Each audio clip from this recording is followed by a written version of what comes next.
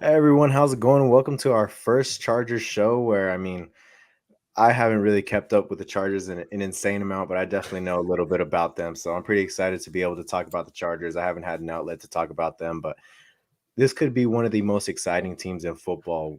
Bringing in Khalil Mack, bringing in J.C. Jackson, Sebastian Joseph Day, drafting Zion Johnson, Isaiah Spiller. There's a couple guys that I definitely newcomers that I expect to be some difference makers, and obviously there's the other guys: Justin Herbert, Austin Eckler, Keenan Allen, Mike Williams, a bunch of different guys that are huge playmakers for this team. But Steven, aka Broshmo, is going to be my co-host. Oh, you put my legal name out there.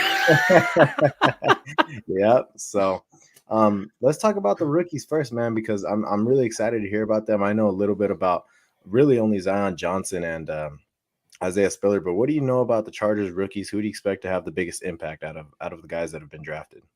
Well, obviously, most likely it'll be Zion. He's almost guaranteed a starting spot. The right side of that line was a big issue. Isaiah Spiller, man, it's gonna be so nice to have like just some change of pace back to come in there for Eckler. That's not like stinking Larry Roundtree and Joshua Kelly. I thought both those guys were just terrible last year. I think the interesting name though to watch is Otito. Hopefully, I'm saying this right. Ogbonia. I know he's from UCLA. He was actually a really good pass rusher, big meaty dude, but known to be a just balls deep pass rusher there at UCLA. So it's gonna be that nice change of pace. Maybe it's a guy you could throw in the rotation there with Sebastian Joseph Day, Austin Johnson, and Morgan. Who was it? Morgan Fox. So yeah, those are probably the only rookies I expect to make like a big deal this year. Right, yeah, the Chargers I feel like didn't make many. Obviously, Zion Johnson is definitely an impactful pick with losing shoot, I forgot the guy's name. Odea Abushi. You lost him last year to an ACL. You didn't end up re-signing him, and he was a pretty key piece to that offensive line. Really, what lacked was the right tackle position. I don't know what they're gonna do with that. I haven't been keeping up. It looks like it might be Trey It's gonna be Pipkins again. yeah, it's gonna be about the same. Yeah, it might be Trey Pipkins. So I'm not really looking forward to that. Supposedly he's improved, been working with Rashawn Slater, but um hopefully he's able to finally and Tom Telesco's third round picks never really work out. So hopefully this time around, this is like one of those mediocre third round pick, a mediocre Trey Pipkins, definitely better than like Storm Norton or something like that. So hopefully Oh we get something gosh. at the right tackle position. I'm kind of excited to see what Isaiah Spiller's got. I mean, I'm kind of scared at the same time because I know Joshua Kelly coming out of the fourth round from UCLA also. He got a lot of hype his rookie year and he looked good in his first game. He looked horrendous in the other 15, Yeah. 16, whatever it was that year.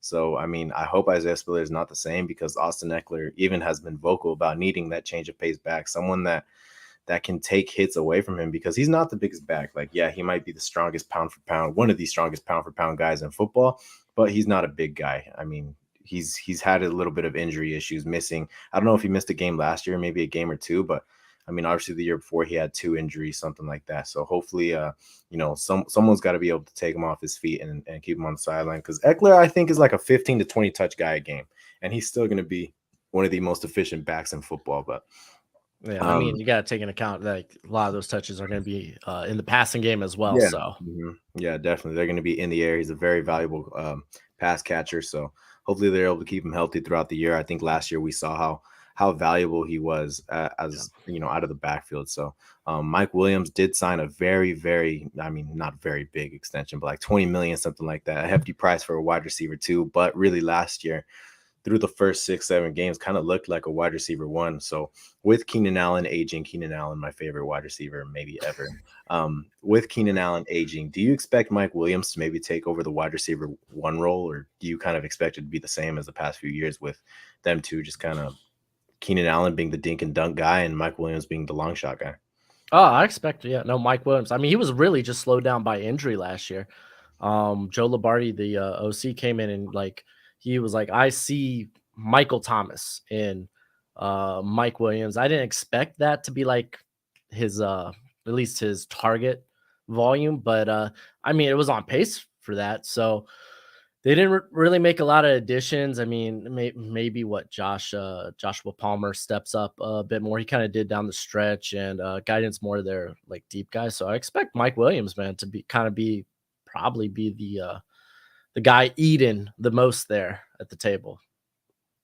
Yeah, and you brought up how Joe Lombardi kind of said that's like his Michael Thomas. He did bring up multiple times that that is his X receiver, which was the role that Michael Thomas played in the New Orleans Saints offense. So absolutely no surprise to see that, they brought him back and they want him to be a key part of this offense.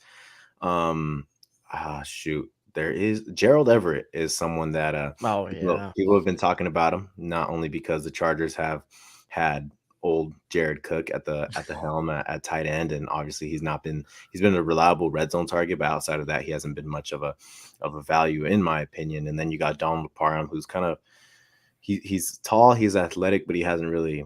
I don't think he's been amazing. Um, Gerald Everett is a solid breakout candidate. Obviously, tight ends, breakout candidates. It's kind of weird because it's going to be like a breakout candidate for a tight end's like 600 yards, 700 yards, and like 7, 8 touchdowns. But Gerald Everett has a solid chance of being somewhat of a breakout candidate. And I don't know if he's a great pass blocker or not, but this is his chance to shine, man. Justin Herbert likes his tight ends in the red zone. So, what do you think of Gerald Everett? Yeah, I mean, this is Brandon Staley bringing guys he's familiar with. Brought in Sebastian Joseph Day, brought in was it Troy Reader, who's gonna be Right. contending for that linebacker spot. So yeah, no, he's a guy that Gerald Everett was really good under McVay. Hasn't really been the case after leaving the Rams. So yeah, I think he should be very valuable in this offense. Especially they did a lot of like sticks and flats. So like Definitely. even if like they're gonna try to get the ball in the hands of the guys that can create after the catch. So I could definitely see Everett having a bit of a, I guess, a reemergence. I don't want to say a breakout. I feel Yeah. like he broke out and then just kind of like Died down. flatlined for a little bit. Yeah, definitely. I completely agree. I'm gonna go to the defensive side. Joey Bosa's kind of had this. He's kind of been on his own, I would say. Uchenna Nwosu was not bad. He wasn't bad, but most of the time it was like, okay, Uchenna Nwosu had this great game, and then he just disappeared for like another 2 or 3 games, and he'd do it all over again. It was like a little bit of a cycle for Uchenna Nwosu. Now Joey Bosa upgrades from having Uchenna Nwosu opposite of him to having Khalil Mack. That could be a little bit of a better tandem than Joey Bosa and Melvin Ingram were. Now, they were younger and they were probably a little more dominant, but this is the best guy that Joey Bosa's had next to him since Melvin Ingram has left. I mean, obviously it's an obvious answer, but how big of an impact do you think Khalil Mack is going to have not only on the Chargers defense but on Joey Bosa? I think it's going to be huge because he's coming to a scheme he's very familiar with. Brand Staley and Ronaldo Hill Right. both were under Vic Fangio, and that's who brought Khalil Mack to Chicago, Vic Fangio. So I think he's going to thrive. Uh, I, I expect both those guys to be double digit sack guys. Maybe in the high like 70 to 80 pressures by the end of the season. So like this defense is going to be so much different from last year. It's Absolutely. exciting. Yeah, and Justin Herbert's been one of the quarterbacks that unfortunately has had to play with one of the worst defenses in all of football in both of his years. Where, I mean, most of the time his team's giving up 21 to 24 plus points a game. And that is the reason you see the Chargers go 8-9 last year, because Justin Herbert had a phenomenal performance against the Raiders, but the Raiders put up so many points that it doesn't necessarily matter. Now, there was a pass interference call against Chris Harris Jr. that was arguably the most questionable call of the season. It But was us. yeah, it definitely was. But I guess, it is what it is. It's over with. The Raiders still haven't won a playoff game in whatever how many years. Um, so hopefully this Chargers team is really able to come to fruition, man, because we know the theme of the Chargers. Every single year it's in the media, the Chargers are going to be one of the best teams in football. It seems like every single year that is the case. Hopefully it's able to all finally come to fruition. Guys stay healthy, because the one year that all the guys stayed healthy, they went 12-4. Now, that's the thing. The Chargers don't really stay healthy. So hopefully they're able to do it this year. But I think, we talked about the pass rushing. Time to go to the cornerback group. You just got JC Jackson, who supposedly has been looking phenomenal in camp. Apparently had a pick six today. That's Yeah. really good to see. Then you got Asante Samuel Jr. opposite of him, who I thought was going to play in the slot. He might play on the outside. And then you picked up Bryce Callahan. You still got Michael Davis, but apparently Callahan has been running with the ones in the slot. So, and it's kind of surprising because Michael Davis did sign, a nice little contract, and he's a decent cornerback too, but he does tend to get burned every once in a while. He's just got speed. I really think that is the only thing working for him. I don't know if you keep up with, Michael Davis, Asante Samuel. I'm sure you probably did Asante Samuel because you like Yeah. these black guys, but what do you think? I guess I'll ask you, what do you think of Asante Samuel? I thought he had a really good season last year.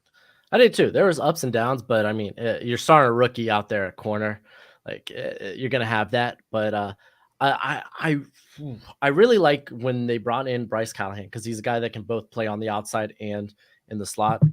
and that's the same thing as Santi Samuel. So you're gonna be throwing a lot of different looks. Also, Bryce Callahan, a guy very familiar with Vic Fangio's scheme. So Mhm. yeah, it doesn't surprise me that he's already running with the ones. So no, I expect Asante Samuel. Oh, dude, man, he's gonna be the guy that teams want to pick on in coverage, but I don't think they're gonna be able to get much, man. Yeah, as long as he's able to stay healthy, he's gonna be a force to be reckoned with. And another guy that I kind of think of a lot when it comes to staying healthy, kind of the same size and everything coming out of college was Jason Barrett. And I think a lot of Charger fans might have some good, whether they're good or bad memories, some memories about Jason Barrett being one healthy, one of the best cornerbacks in all of football. But that was the biggest issue was when he was healthy. So hopefully it's not the same for Asante. We saw he had a few concussions last year, had to miss a few games because of it. Um, but hopefully he's able to stay healthy this year. Hopefully, the Chargers in general can. Um, Derwin apparently hasn't been practicing. The new thing isn't holding out anymore; it's holding in. I don't know what that contract is supposed to look like, but whatever it's supposed to look like, give him whatever he wants. But he is because he is the most valuable piece on this Chargers defense. I mean, I'm a Padre fan, right? And if we consider Fernando Tatis Jr. our electricity, I think the Chargers' electricity, at least on the defensive side of the ball, is Derwin James Jr. On the offensive side, come on, it's Justin Herbert. Um, but this defense relies heavily on Derwin James. I mean, he got injured, and in 2019 the defense basically went to shit. You could say the same about 2020. So definitely a guy that you want to keep around, whether no matter what you have to pay him. I really do think that's a guy you want to keep around. I mean, I know safeties. Some argue against paying them, but this is not just your normal safety. This is the guy that can play a slot corner position that, on the defensive line as a linebacker, whatever it is, he's been fantastic. Um, we can kind of shift to like a fantasy standpoint now. A lot of people love fantasy football. Looking at the Chargers offense, where do you expect some of these guys to finish? Just for, a little bit of context, I believe Mike Williams might have finished as a wide receiver, as the wide receiver 12 to wide receiver 15 in that area. Keenan Allen around wide receiver 10 to wide receiver 13. Austin Eckler was the running back 2. I don't know what Justin Herbert was, but you can talk about those 3 guys and I'll try and figure out where Justin Herbert finished. Yeah, yeah. Oh man, especially if Mike Williams can stay healthy, like he's just such a deep threat. Something that's been like with at least with Keenan Allen, like in PPR leagues, he's gonna be great Mhm. and all. It's just he hasn't been doing a lot after the catch nowadays. Uh, so I would probably lean into if I'm looking for someone. Mike Williams, he's probably someone you want to pick up in like third round. Austin Eckler is going to be a stud, dude. He's going to be a top 5, top 10 back. He's going to be off out of the first round real easy just because he's got that those receptions to help out as well. But yeah, I imagine Justin Herbert at least this year he's going to be like one of the like top 3, top 5 quarterbacks taken. Yeah. Yeah, definitely. I think he probably finished in the top 5 last year. He has great rushing. I mean, he doesn't really rush a lot. I don't want my guy getting injured, so please let's stick to that. But I just based off his passing ability alone, he could definitely finish top 3, top 5. And quarterback's one of those positions personally I don't like paying up for. I really only pay up for Justin Herbert. Um, just because a little bit Charger fandom goes into there. But um, you know, Trey McKitty. Wow, I haven't heard that name in a little while, but I haven't looked too much into Trey McKitty. Next episode, I'll try and talk about Trey McKitty, but just going based off, what I've seen from the Chargers lately, I definitely think a top 5 finish from Austin Eckler's in the books, just because I mean the guy's a PPR monster, whether it's half PPR, full PPR. The Chargers, I think a lot of people last year Austin Eckler was high on draft boards, but some people might have been fading him because people didn't think of him as like a true running back. Like the Chargers are gonna pass 65 to 70% of the time, but a lot of those targets you can count on Eckler getting 6 to 8 targets a game, probably like 5 to 6 receptions a game, and he's going to be a very valuable fantasy piece. I mean, he has the capability of erupting for 40 points the way he did against the Steelers, and he has a really safe floor around 12, 15 points is minimum what I'd expect from Austin Eckler. I had him last year, and it was a ball, man. It was fantastic, so much fun. Um, Now, what I don't think will happen again is him scoring 20 plus touchdowns. I think that will probably go down to around 15 or so. I think some of those will go to Keenan Allen, where Keenan Allen historically doesn't score more than 6 to 8 touchdowns. That was with Philip Rivers. And Justin Herbert's first season, Keenan Allen had double-digit touchdowns. I expect it to be 9 plus this year as well. So I kind of expect at least minimum wide receiver 15 finish from both, just because this offense passes so much. Like Joe Lombardi's offense typically passes 65+% of the time. They're going to pass a lot of the time. Personally, it just depends on price. If Keenan Allen and Mike Williams are going around the same time, if you want the floor play, if you're like in a full PPR, even half PPR league, and you want the floor play, you're safe 10 to 15 points, go Keenan Allen. But if you want the guy that's probably going to win you a game by himself, going off for 25, 35 points, that is definitely going to be That Mike was him Williams. at the beginning of the year. Yeah, exactly. That was him at the beginning of the year, 100%. If that's the guy you want, that guy that has a bunch of upside, that is definitely going to be Mike Williams, because a top 5, top 10 finish would not surprise me at all for Mike Williams. Whereas Keenan Allen finishing inside the top 5 might surprise me. Now, I do think he is one of the top 5, top 10 receivers in football, but there's also bias behind that. Now, I mean, but like I said, I do think Mike Williams has the upside to finish top 5, top 10 in fantasy football. But I mean, I kind of talked about Gerald Everett earlier, Yep. and I kind of think he has the low end tight end one appeal. I mean, not a lot of people are going to be looking at him. If you play in a, I do auction draft now. I don't know Oh why. man. I like it. I think it's fun. So I could definitely see myself grabbing him for $1. Everyone else, you could probably see yourself grabbing him in the 12th to 15th round, whatever it is. But Yep. that is a high upside guy to stash on your bench. What do you think about Gerald Everett finishing as maybe a low end tight end one?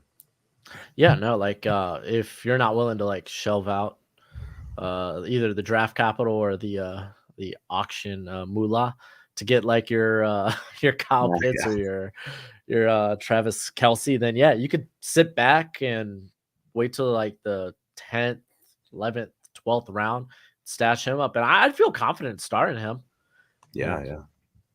typically like what it's like outside of like the top three tight ends, like like 4 to like 15 are pretty close. So Yeah, yeah, definitely. I mean, if you're not getting Kelsey, Andrews, or I guess Pitts, then just wait. Just wait to take your tight yeah, end. DeAndre Carter, I just saw him brought up in the chat. He definitely has. He's obviously going to have a ton of value in the return game. But again, to be honest, I don't know too much about DeAndre Carter. I know he played in Washington. I'm actually going to do my football research like starting now. I also do. I also do. I'm like winging it right now. I also do a doing a good job. yeah, I'm trying for sure. I'm trying to remember all these things that I've seen so far. But I also do a Padres podcast, as the guy over here, Gil, knows. So I do mainly invest in the Padres for right now. But who else is some? How about Josh Palmer? Josh Palmer comes in the last few weeks of last year and actually does very well for himself. He looked really good. Jalen Guyton was never someone I had like insane amount of confidence in. I really only thought he would ever be like a wide receiver 4, wide receiver 5. That is essentially what they're trying to put him into this year, and they're trying to have Josh Palmer take over that role of the slot receiver kind of guy. So, what do you think? What do you think's in store for Josh Palmer? What do you see for Josh Palmer? Even in fantasy, I could see him as like a wide receiver 3. Yeah, like low end. Yeah. Like I loved him coming out of the like Senior Bowl. Like Mhm. that put him on my radar. I was like, "Oh my gosh, this cat's great, man. This guy's Yeah, man. good." Saw him going third round. I was like, "Man, that's solid value." Finally got some starts down the stretch and it was like, yeah, like Guyton, he's got a role. You know, he's that deep guy. He's going to stretch the field vertically opposite of Williams. So and like Palmer's a guy that can like really impact all levels of the field. He's got some after the catch ability, similar to well, I don't want to say similar to Keenan Allen, but I would say much like Keenan Allen. So like, yeah, no, I'm excited.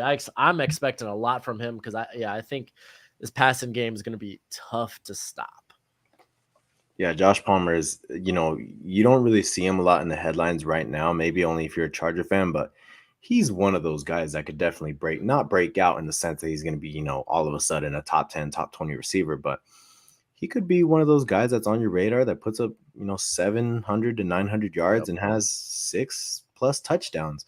I mean, like I said, the last half of last year, he looked pretty good. You look at that Raiders game, he looked pretty damn good. So, obviously, when you have an offense with Keenan Allen, Mike Williams, Austin Eckler, Gerald Everett, it's going to be a little easier to be able to get open for him. So I'm looking for big things for Josh Palmer. Like you said, I also liked him out of college. So I do expect some big things from him. With that being said, I'm trying to think of anything else to talk about. I guess we can talk about the man, the myth, the legend, Justin Herbert. I mean, there's no other guy that we should end off on. Justin Herbert is one of the most electric players in football. For anyone who watched the week 18 game against the Raiders, he didn't look good for quite a bit of it, but at the end, that was one of the most fantastic performances I've ever seen from a quarterback. And I love Philip Rivers and everything, but it feels a little different just because Philip Rivers, I mean, obviously he had a crap team to play with, but and Philip Rivers is my favorite quarterback, favorite player ever, but you can kind of count on the 60 minutes thing coming up and then him throwing an interception some of the times. But of course, Gosh. nonetheless, one of the top 10 quarterbacks in my opinion ever. Should he be a first ballot? No, but he should be a Hall of Famer for sure. I love Philip Rivers, but Justin Herbert has the potential to be better, man. Justin Herbert's one of the most fun players in football, and truly, I do think he will be in the MVP race this year. And he's going to be going up against the likes of, Josh Allen, Patrick Mahomes, Lamar Jackson. I mean, the AFC is loaded with quarterbacks, but where would you kind of place Justin Herbert in terms of where would you place him in all those AFC quarterbacks? Oh man. I think after this season we'll talk. I think we'll definitely talk about him among like the Mahomes, oh, man, it feels like Mahomes just here by himself right now. But like Josh Allen Yes. and such, because like they did such a great job last season with this offense getting the ball out, or using play action motion. They used a lot of like tight formations to get their guys open real quick. They attacked the ball or they attacked downfield very well because I mean that's one thing Herbert can do. That dude can sling the football. That dude could spin it, and I like that the decision making was actually pretty good last year too. So I think it's only right to take that next step now that he's got the right side of the line, at least for all intents and purposes, at least with Zion Johnson. Hmm. And honestly, Trey Pipkins, like down the stretch, wasn't like awful. He Again, was it wasn't okay. Storm. Yeah, it Yeah. wasn't Storm Norton, but Hmm. I completely agree. For Storm Norton is a guy I never want to see in my life again. I pray I don't see him on the field again. Um, yeah, but Justin Herbert, admittedly, I wanted Tua Tagovailoa coming out of school, coming out of that draft. I did want Tua. And you brought up, decision making and all that stuff. That was one of the main concerns for Justin Herbert, decision making, being able to yeah, fit the ball into tight spirals and everything like that. But he's proved everyone wrong. He's proved every single person wrong. And it's been such a joy to watch. I mean, what I didn't really take into account was that Justin Herbert's best weapon was like a 7th round wide receiver, and Tua Tagovailoa was playing with 1st round wide receiver Jerry Judy, 1st round wide receiver Devontae Smith, Henry Ruggs, a bunch, stud on stud on stud, Najee Harris. Like he had it all. Justin Herbert comes to the NFL and significantly outperforms Tua Tagovailoa. So, I mean, I couldn't be happier to be wrong. Justin Herbert is one of my favorite players in football now. So, he's steering this Chargers team in the right direction. If Justin Herbert is not what he is, you don't see the Chargers go out and get Khalil Mack, J.C. Jackson. You don't see them doing these moves. Justin Herbert is everything that the that the Chargers could have wished for, because it now allows them to have that quarterback on a rookie contract to go get J.C. Jackson, to go get Khalil Mack, and re-sign Keenan Allen, Mike Williams, Austin Eckler. Like, they have put pieces around Justin Herbert because they believe Justin Herbert is one of the best quarterbacks in the NFL. So, with that being said, this Padres Dodgers game is gonna start here soon. Whether you lean LA or San Diego, at least we can all unite as Charger fans, because otherwise we can't. But I hope you guys enjoyed. I hope, Broshmo, I hope you had a fun time talking Chargers. I look forward to Always talking do. Chargers with you in the future. Hopefully these rookies, yeah, definitely. Hopefully these rookies turn out to be something special, man. Because having another guy like Rashawn Slater on the line, that being Zion Johnson, solidifying one of the top lines in all of football, is going to be integral for Justin Herbert's success. So, and the Chargers' success in general. So, thank you guys for tuning in, and we'll talk to you guys later.